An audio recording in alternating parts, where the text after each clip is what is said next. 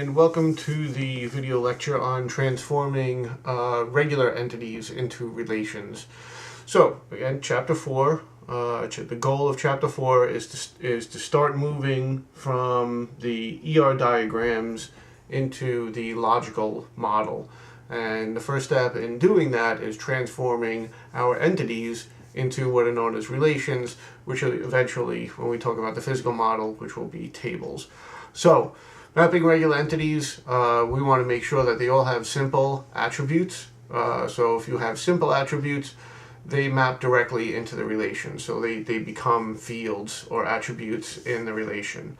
If we have composite attributes, we only can use simple attributes. So we have to break out the components of the composite attributes and break them out into individual attributes within the relation.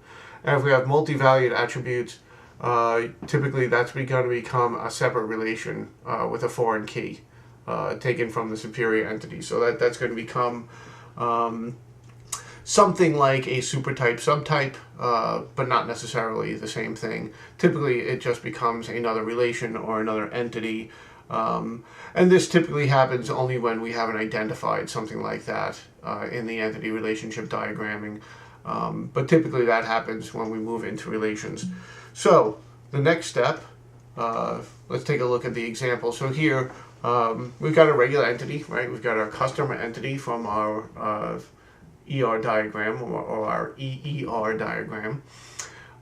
It's got simple attributes, so it's very simple. So when you can see the conversion goes from a box with a name and a list of attributes to a name, and then the attributes listed horizontally in their own boxes. So we got our customer ID, our customer name, our customer address, and our customer postal code, all as attributes of this relation. We'll look at something that's a little bit more complex. Now we've got a customer entity type that has a composite attribute, and again this is typical of the customer address, which is the street, city, and state. So in this case we can't just say customer address as an attribute. We have to say that the street, the city, and the state are all addresses, are all attributes of the customer relation. So here we've got on the bottom we have the customer relation. Again, we've got the customer ID, the customer name, but now instead of saying customer address, we're going to go directly to the detail and say that we have a customer street, a customer city, customer state, and the postal code.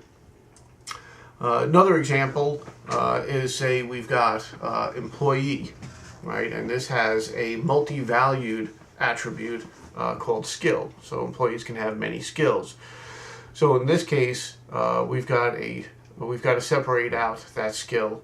So that typically is going to become an associative entity. And again, you're probably not going to run into this with your projects, but to point out how this would happen, we have an employee, we've left a multi-valued attribute in the entity. When we move to relations, again, and this is a step to bring us more towards the physical model, we realize that we have to take the skill out and put that into a table, perhaps called employee skill. So in that case, we're going to have the employee ID and the skill. And remember, we're probably going to have a skill table that has a list of skills, and that would make employee skill an associative entity, if that's the way we're going to go.